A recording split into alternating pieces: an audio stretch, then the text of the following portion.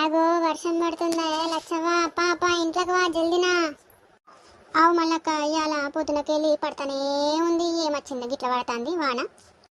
ఏమోని ఎందో ముంత తుఫాను ముంతల తుఫాను అనబడుతుంది కదని.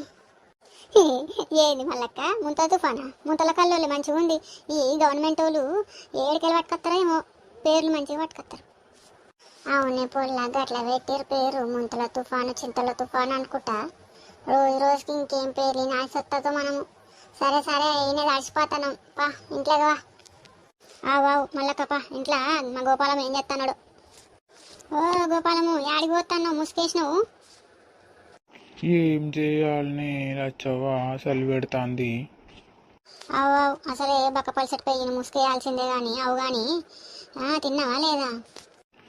ఏం తినాలనే? నువ్వు ఇవాళ మటన్ బిర్యానీ చేస్తాను చేసిన అవే ముచ్చటగా ఎగవాడి పోయినావు షెట్ కిందికి కానీ. ఏ మటన్ బిర్యానీ తినొద్దయ్యా, గ్యాస్ ప్రాబ్లం వస్తుందట కదా ఇంకా మసాలాలు గిసాలాలు తింటే.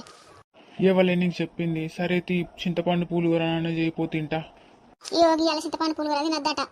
అట్లా అన్ని కావు కానీ ఫ్రిడ్జ్లో 2 రోజుల కిందటి పప్పుసారు ఉంది, గది వేడి చేస్తా, వేడి వేడి అన్నం వేసుకొని తిందాంపా.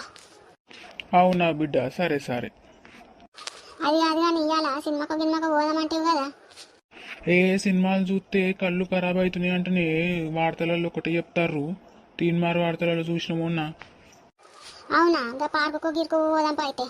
ఇగో గిల్యూషన్ అంటే పార్కులలో తిరగొద్దట, ఏమేమో రోగాలు వస్తున్నాయంట, పోవద్దట. సపరేట్ ఇంట్లోనే కూర్చుందాం తీ. ఓ అబ్బా ఇంత పెద్ద దెబ్బ వేసిన చూడు వీడు. నీ గోపాలం ఇంత పెద్ద దెబ్బ ఎత్తావు నాకు బక్క పల్సెట్ పే చేసుకొని.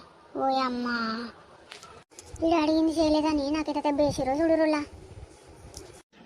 గట్నే ఉంటది మరి, చెయ్యమన్నా చెయ్యక తోకజాడిస్తావు నువ్వు.